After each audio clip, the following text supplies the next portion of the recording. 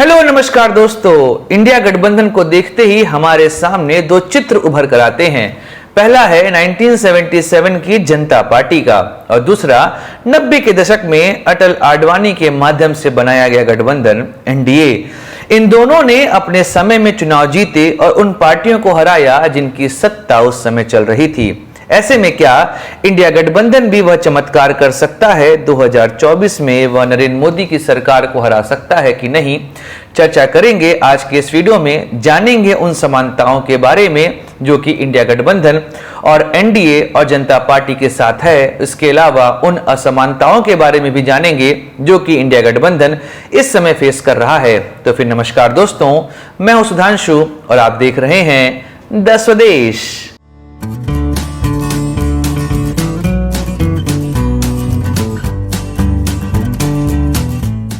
दोस्तों, इंडिया गठबंधन की बात करें तो इंडिया गठबंधन का भी निर्माण उसी तरीके से हुआ है जैसे कि जनता पार्टी का हुआ था।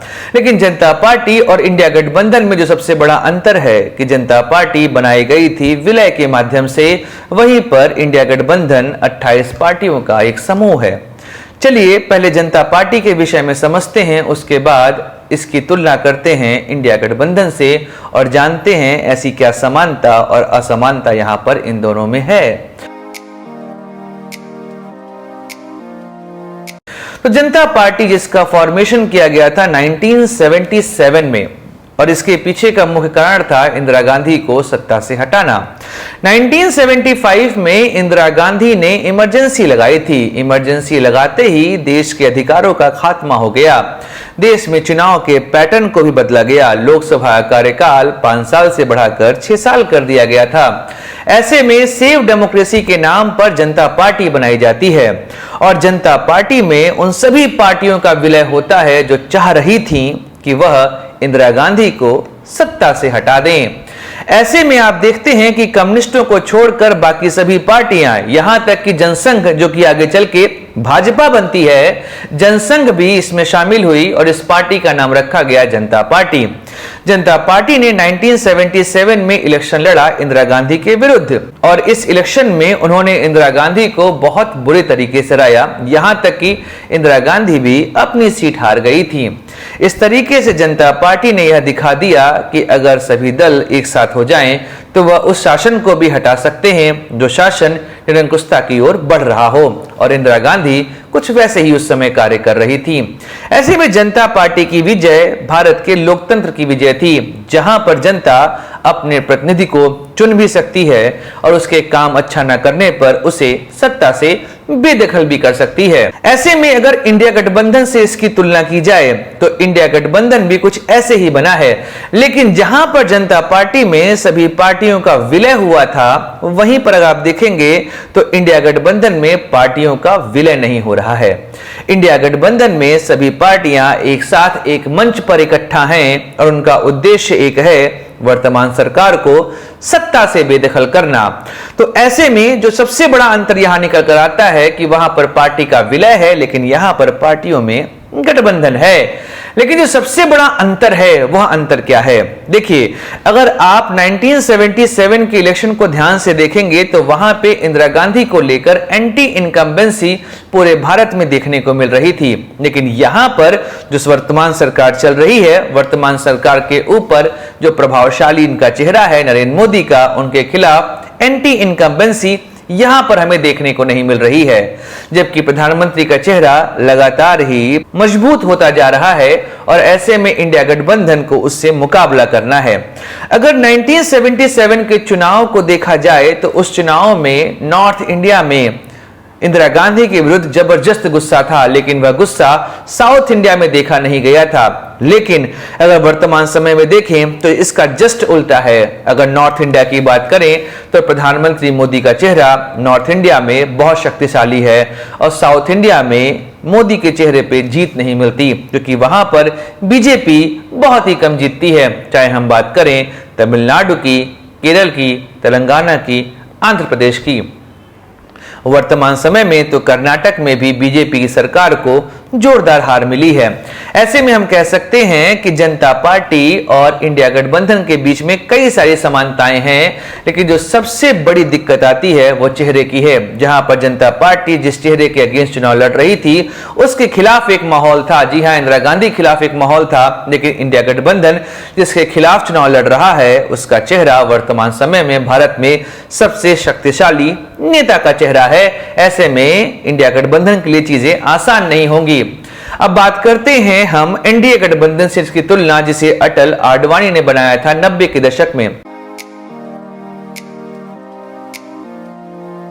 जी हां, 90 के दशक में जिस समय कांग्रेस अपने नेपथ्य में जा रही थी लेकिन फिर भी उसकी सरकार बन रही थी, ऐसे में उस दौरान मंडल कमंडल की राजनीति शुरू हुई और बीजेपी ने केंद्र की सत्ता पर अपना अधिकार दिखाना शुरू किया। अटल आडवाणी ने मिलकर एक गठबंधन बनाया, उस गठबंधन का नाम रखा एनडीए, नेशनल डेमोक्रेटिक अलायंस, और कई सारी पार्टियां इसका भाग बनी। इस गठबंधन ने पहली बार 1999 में अपना 5 साल का कार्यकाल पूरा किया और अलायंस के फॉर्म में पहली बार की सरकार ने अपने 5 साल का कार्यकाल पूरा किया था। इसके पहले जितनी भी अलायंस की गवर्नमेंट बनी थी उन्होंने अपना कार्यकाल पूरा नहीं किया था। ऐसे में अगर आप देखेंगे तो एनडीए और इंडिया के बीच में भी कई सारी समानताएं हमें दिखाई दे रही हैं। जहां पर एनडीए गठबंधन का भी निर्माण किया गया था उस समय की सरकार को हटाने के लिए, वैसे इंडिया गठबंधन का भी निर्माण किया गया है वर्तमान सरकार को हटाने के लिए। जहां पर एनडीए गठबंधन के पास एक सर्वमान्य चेहरा था, जी हां, अटल जी का चेहरा उस समय सर्वमान्य था एनडीए में, लेकिन इंडिया के पास वर्तमान समय में ऐसा कोई भी चेहरा नहीं है। अगर किसी भी चेहरे को ये आगे घोषित करते हैं तो कई सारी अन्य पार्टियां उसका विरोध करने लगती हैं। ऐसे में इंडिया गठबंधन के पास इस चेहरे की समस्या सबसे बड़ी है, क्योंकि ढेर सारे चेहरे यहां पर प्रधानमंत्री के रूप में देखे जा रहे हैं और सबके अपने एस्पिरेशन हैं। अब बात करते हैं कि इंडिया गठबंधन किस तरीके से एनडीए को हरा सकता है, तो चलिए जानते हैं इस पूरी गणित को। अगर हम बीजेपी के चुनाव को देखें तो बीजेपी नॉर्थ इंडिया में मुख्यतया लड़ती है। अगर आप इसमें यूपी, गुजरात, मध्य प्रदेश, राजस्थान, छत्तीसगढ़, महाराष्ट्र, हिमाचल प्रदेश, उत्तराखंड, हरियाणा, दिल्ली और बिहार को जोड़ दें तो यहां पर बीजेपी ने लगभग 90% से अधिक सीटें पाई हैं। इन सबको जोड़ा जाए तो यह सीटें लगभग 240 के आसपास होती हैं और बीजेपी को इनमें से मिली थी लगभग 220 सीटें। तो ऐसे में आप जान सकते हैं कि बीजेपी यहां पे बहुत स्ट्रांग है। लेकिन इंडिया गठबंधन के बाद 3 जगह पे बीजेपी का मामला खराब हुआ है, महाराष्ट्र, बिहार और पश्चिम बंगाल। जी हां, जिस तरीके से महाराष्ट्र में गठबंधन काम कर रहा है वैसे में वहां पर पिछले बार की तुलना में सीटें कम मिलने की पूरी संभावना है। महाराष्ट्र में टोटल 48 सीटें हैं और 2019 के चुनाव को देखा जाए तो बीजेपी को वहां पर 23 सीटें मिली थी। ऐसे में इस समय जो गठबंधन की स्थिति है और महाराष्ट्र में एनडीए की सरकार जिस तरीके से चल रही है, ऐसे में जनता के सामने उनके लिए एक नेगेटिव फैक्टर काम कर रहा है। ऐसे में आने वाले चुनाव में इंडिया गठबंधन महाराष्ट्र में ऐसा काम कर सकता है कि बीजेपी की 8-10 सीटें कम हो सकती हैं। फिर चलते हैं बिहार, जहां पे इंडिया गठबंधन सबसे स्ट्रांग है। जी हां, अगर इंडिया गठबंधन के हम पूर्ववर्ती फॉर्म को देखें जो यूपीए था, और यूपीए से भी पहले एक महागठबंधन चल रहा था बिहार में जो लालू और नीतीश के बीच बना था 2013 में। इस महागठबंधन ने मोदी सरकार को बड़ी बुरी पटखनी दी थी। जी हां, अगर हम देखें बिहार की तो 2019 के चुनाव में नीतीश और मोदी एक साथ थे। ऐसे में उन्हें वहां पे 39 सीटें मिली थी, जहां पर बीजेपी को 17, एलजेपी को 6 और नीतीश कुमार की जेडीयू को 16 सीटें मिली थी। कांग्रेस वहां पर 1 सीट पाई थी। लेकिन वर्तमान समय में आप देखेंगे तो नीतीश कुमार और लालू प्रसाद यादव में गठबंधन है जो इंडिया का पार्ट भी है। ऐसे में बिहार की 39 सीट जो पिछली बार एनडीए के पास थी वह 39 तो नहीं रहेगी। उन सीटों में से अगर वो आधी भी जीत जाए तो यह बीजेपी के लिए बहुत बड़ी बात होगी। पिछली बार की बात करें अगर हम चले पश्चिम बंगाल तो वहां पर बीजेपी को 42 में से 18 सीटें मिली थी।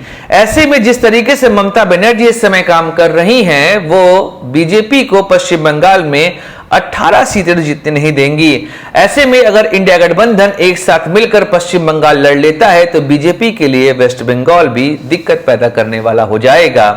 इसके अलावा इंडिया गठबंधन का इफेक्ट पंजाब और दिल्ली में भी देखने को मिलेगा। अगर कांग्रेस और आम आदमी पार्टी के बीच में एक सहमति बन जाए तो दिल्ली में पिछली बार बीजेपी ने 7 सीटें जीती थी, इस बार बीजेपी को दिक्कत हो सकती है।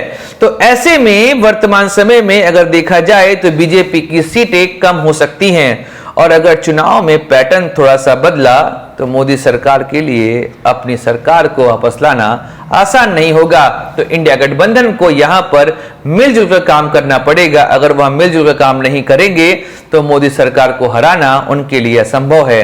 जैसा कि जनता पार्टी ने 77 में इसलिए किया क्योंकि वहां पर वह एकजुट थे। एनडीए ने 90 के दशक में इसलिए किया क्योंकि वह एकजुट थे। इंडिया गठबंधन केवल एकजुट दिखाई दे रहा है सामने से, लेकिन आंतरिक रूप में अभी भी उनमें कई सारी समस्याएं हैं जिन्हें उन्हें 2024 के लोकसभा चुनाव से पहले सॉल्व करना पड़ेगा। इसमें 2 मुद्दे प्रमुखता से आते हैं। पहला, प्रधानमंत्री का चेहरा और दूसरा, सीट शेयरिंग।